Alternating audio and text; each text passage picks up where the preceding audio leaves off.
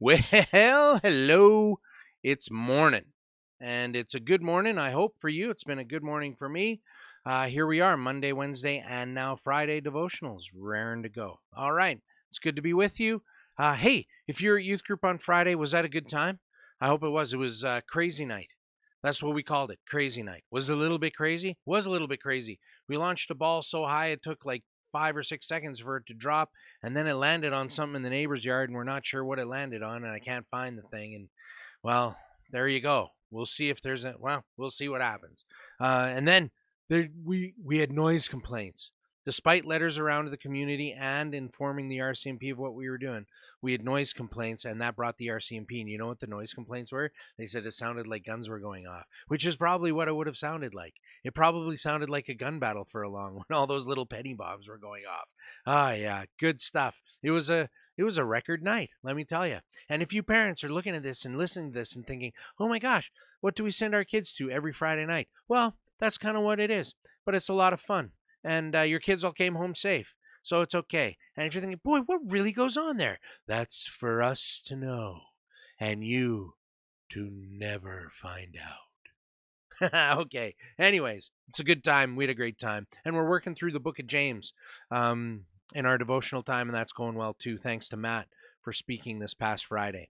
There are a couple of announcements to go through. Who would have thunk it? Of course there are.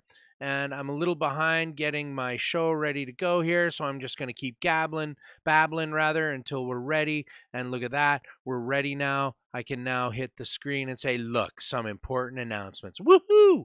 There. And you never even knew that there was a bit of a mistake, did you? No. So smooth. Okay, here we are. Brianna's junior high Bible study. We're going to keep plugging that, of course. She starts this Tuesday evening. That's for grade 7 to grade 9 girls, 7 o'clock here at the church. That'll be September 29th, 2020. Next, youth this week is a little bit up in the air. It's happening for sure. Youth is happening no matter what. The question is, what will it be? Our hope is to be able to go to the Corn Maze in Lacombe, but Chinook's Edge isn't chartering school buses this year for private groups. So we're having to find busing transportation from somewhere else. So we'll see if we can track that down. If we can't, then we'll have to do youth group here in town, here at the church. Whatever the case, we'll plan something good. So there you go. That's what the deal is for Friday night. Keep your ear to the ground. Stay tuned. I will give you an update as to what we're doing on Tuesday through Instagram, Facebook, and your email inbox, and it'll be updated on the Youth Student Ministries Google Calendar, which you can get to off the church website. Okay. We were really blessed and fortunate to have Julie Palin give us Wednesday devotionals through the summer, and she did video intros to the books of Leviticus and Hebrews. She did a great job. She did a great job. And I thought, we've got a bunch of reading plans already up on the reading plans page for you to help you with some of your devotional life. I'm going to put up Hebrews and Leviticus. I haven't gotten to that yet, but I will get to it. And I thought, hey, she's given us Hebrews and Leviticus. We should do some more of those video intros to the other books that are already up on the reading plans page. So that is what we're going to do. And guess what? We are starting with, can you guess which book we are starting with? Yeah, that's right, the book of Genesis. We're going to start with the book of Genesis because, hey, it is at the very beginning, isn't it?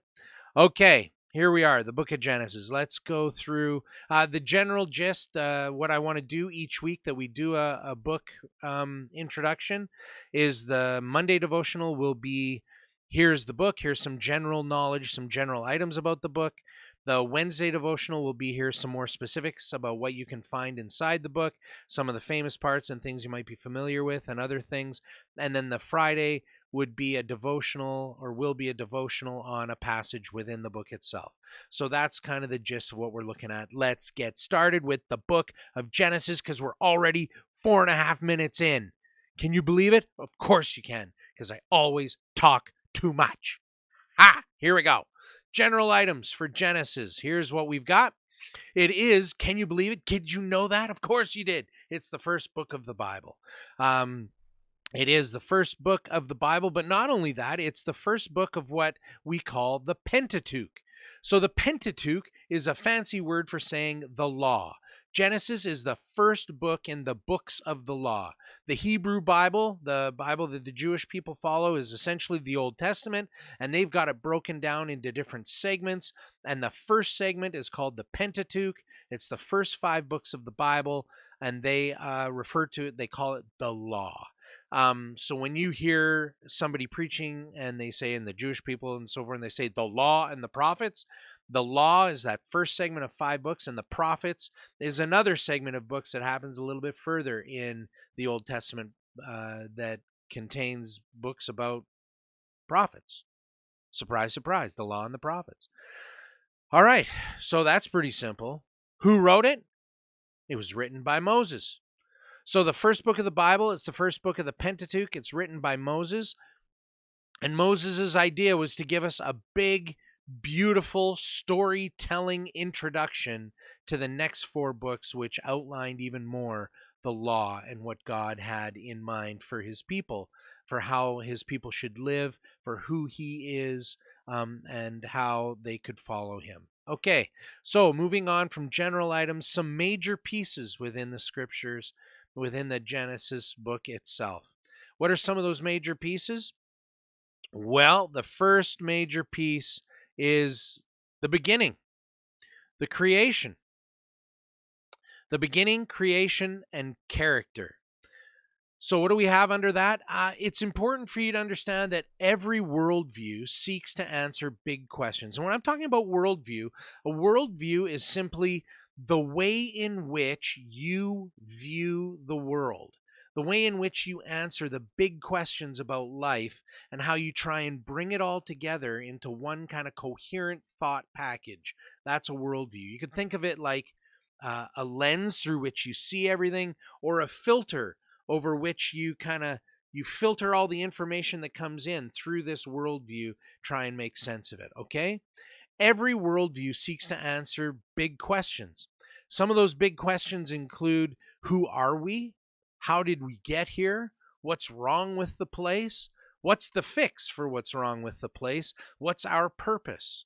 Those are some of the big questions that every worldview, one way or the other, tries to answer. Genesis answers those questions, and through all of those questions and answers, weaves the person of God. In fact, the very beginning thing where the Bible, where Genesis starts with its worldview and answering those questions, the first most preeminent thing is God. In the beginning, God. In the beginning, God created the heavens and the earth, and we go on from there through all of Genesis, through the Pentateuch, through the rest of the Old Testament, right through the New Testament to the very end of Revelation. In the beginning, God. That's where it starts. That's where it starts. And what else do we see about God and how Genesis starts things off? We see God's authority. God is the maker of all things, and he is sovereign over nature and humanity. We see his creative work in the first 2 chapters of Genesis, right? We see, and what do we see in that creative work? First of all, creativity and love too, right? Like, think of all the things he's created, like beauty, and how we can enjoy like sunrises and sunsets and a beautiful mountain scene, or the ocean, or a beautiful lake with trees around it, whatever, right? And the food that he's provided us, fruits and vegetables and meat. Okay, all of those things to provide for us. That's a loving creator, all right? But we also see that God is sovereign. He's sovereign in choosing Abraham to be a blessing, and the blessing of the Hebrews, and protecting Egypt from famine. And we see his sovereignty in creation, right? We also see that he is a God of order. Take a look at creation, the natural laws that govern the universe, all the physics and the astrophysics about how perfectly the universe is put together, how perfectly our planet is put together, and how things work, all the different nuts and bolts to have creation work. You need physical laws to govern that, and God put those in place. He's a God of order. Even in those places in the universe that are the most dangerous and seem the most random, Physical laws apply, and God has put those in place. We see demonstrations of his big, what I call the big three, that he's all powerful, that he's all knowing, that he's all present. All right? We see all of those things and more in the Genesis narrative and in the Genesis story. Okay? What else do we see? Some of those big questions. Who are we? What's wrong with the place, etc. We see man's rebellion.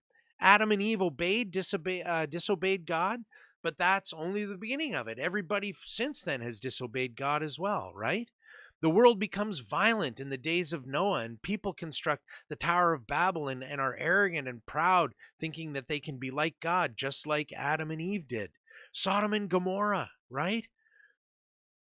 So we see God's judgment. God evicts Adam and Eve, and he sends a flood to destroy the earth with Noah's time, and he rains fire on Sodom and Gomorrah. God is holy, and sin must be punished, right? Then God's preservation of life. God promises a descendant when he punishes Adam and Eve and kicks them out of the garden. He says, Adam, you're gonna get food, work the ground. It's gonna cause sweat, and thorns are gonna be a real pain. And he looks at Eve and he says, there's gonna be pain in childbirth. But then he says to them both, he says, but there's hope coming. This is the Andy Moffat paraphrase. There's hope coming. There's a promised deliverer coming, and he's gonna save you from all of this. So there's that preservation of life. And he demonstrates that when he delivers Jacob from Esau's wrath, right? And when he allows Egypt to survive a harsh famine through Joseph's wisdom. And Noah, right? Before all of that, Noah, when he tells Noah to build the ark and gets his family on the ark and animals on the ark, that's God preserving life. And then there's sacrifice. The fact that there needs to be a sacrifice in our place so that we don't have to suffer the judgment of our sin.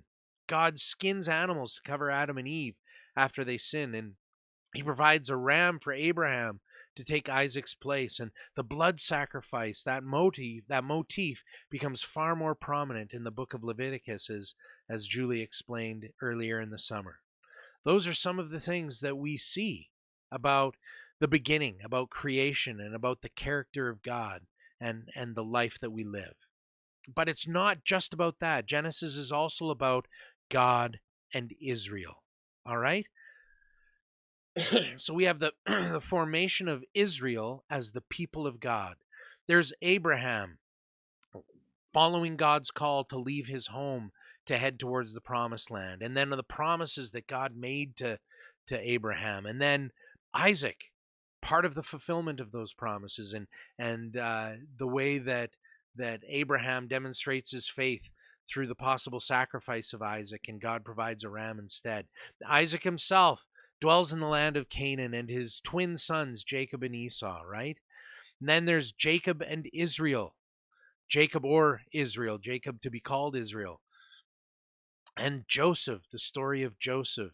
All of those things forming the people of Israel, starting from a small tribe to become, once Joseph brings his family into Egypt, and then through the time of slavery, and then the deliverance with Moses and the walking through the desert, from a small tribe into millions.